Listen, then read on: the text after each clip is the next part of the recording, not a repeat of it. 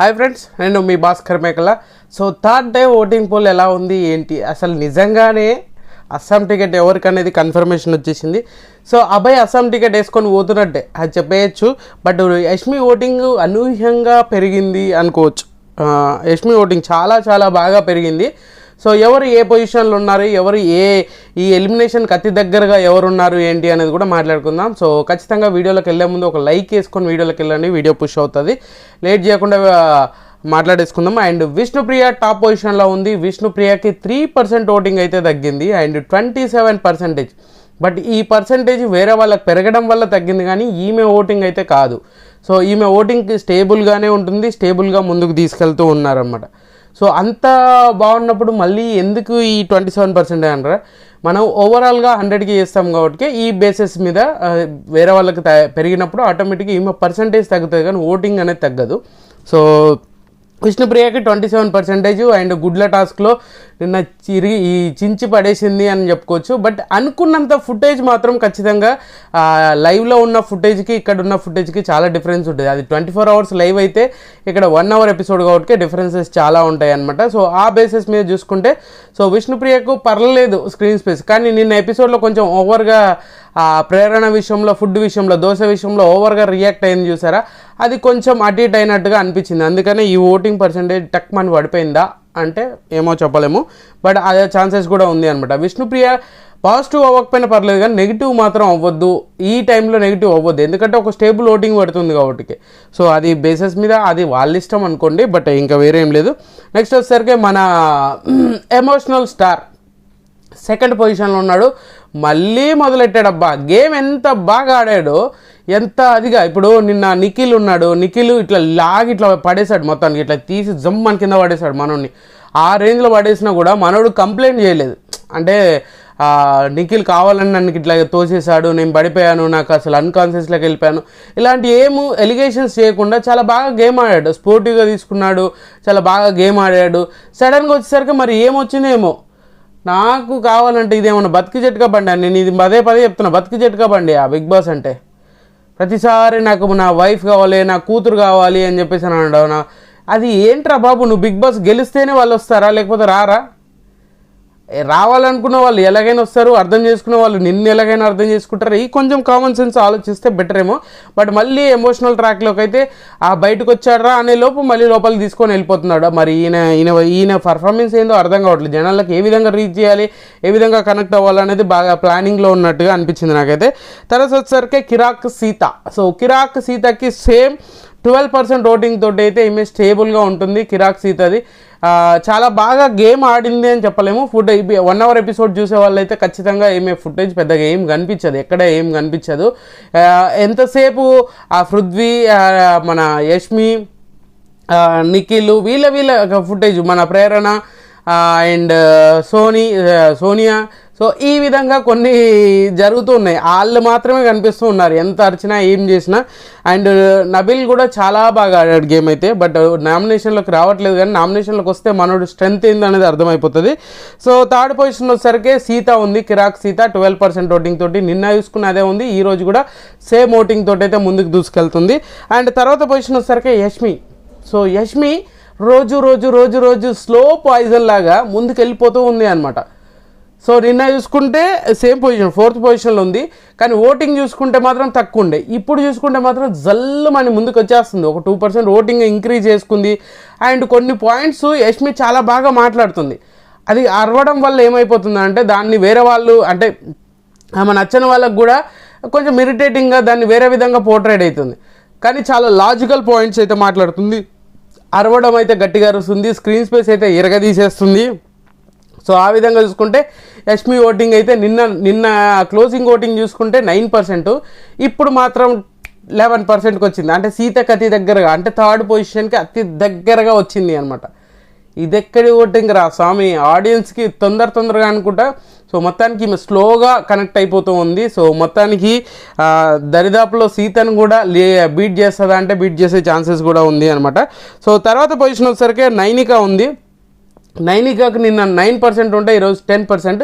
And ఈ గుడ్ల task ఏదైతే ఉందో ఆమె చాలా బాగా ప్రొటెక్ట్ చేయగలిగింది, కొంచెం వాయిస్ రేజ్ చేయగలిగింది.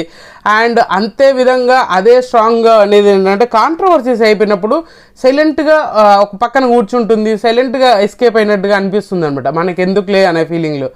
ఆమె వర్షన్ వచ్చినప్పుడు మాత్రం స్టాండ్ తీసుకుంది. కొన్ని విషయాల్లో ఇంటర్ఫియర్ అవ్వాల్సి వస్తుంది, ఎందుకంటే మనకు ఆ స్క్రీన్ స్పేస్ కావాలంటే తప్పదు. ఆ విధంగా బేసెస్ ఆలోచించుకొని ముందుకెళ్ళాలి, ఎందుకంటే వెరీ టైట్ పొజిషన్లో ఉంది ఎలిమినేషన్కి. సో అందుకనే పాయింట్స్ 1% 2% డిఫరెన్సెస్ ఉన్నప్పుడు ఎవరైనా ఎలిమినేట్ అయ్యడానికి ఛాన్సెస్ ఉంటుంది. అందుకనే నైనికాకి నిన్న చూసుకుంటే 9%, ఇప్పుడు చూసుకుంటే మాత్రం 10% ఓటింగ్ అయితే నడుస్తూ ఉంది. సో నైనికా కూడా డేంజర్ జోన్లోనే ఉంది.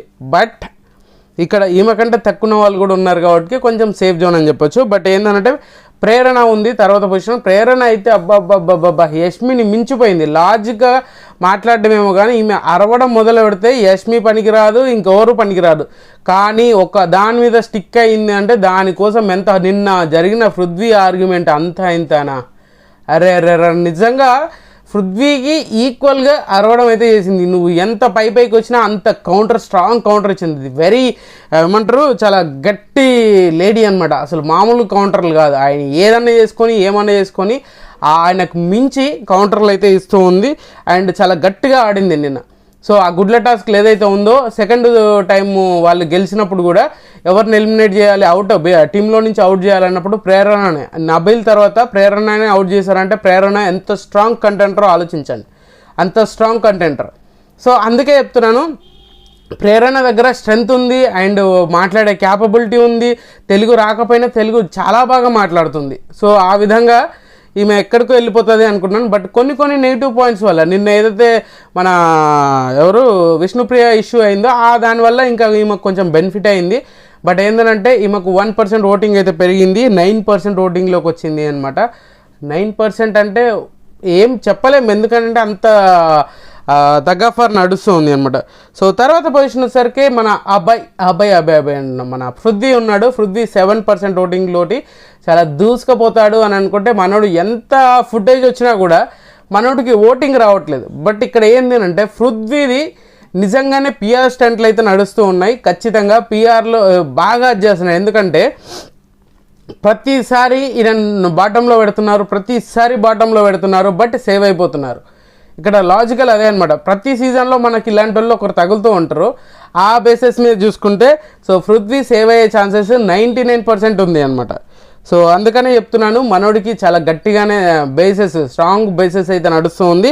అండ్ పిఆర్ టీములు బాగా స్టంట్లు చేస్తుంది అనమాట. ఎప్పుడు బాటంలో అన్అఫిషియల్ ఓట్ల ప్రతి దాంట్లో కూడా మ్యాక్సిమం ఇన్ననే బాటంలో ఉంచేలాగా మేనేజ్ చేస్తూ ఉన్నారు. మరి ఏం జరుగుతుందో తెలియట్లేదు. కొన్నిట్లలో అది తక్కువ ఓట్లు పడతాయి చూసారా, ఆ దాంట్లో మాత్రం పైనుంచి ఎట్లట్టుగా చూస్తున్నారు. ఇది పిఆర్ స్టంట్లనే అనుకోవచ్చు. బట్ పృథ్వీ అయితే 7th పొజిషన్లో ఉన్నాడు. లాస్ట్ బట్ ద లీస్ట్ అన్నట్టుగా అబ్బాయి 6% ఓటింగ్. నిన్న సేమ్ పర్సెంట్ మన పృథ్వీకి సేమ్ ఉంది.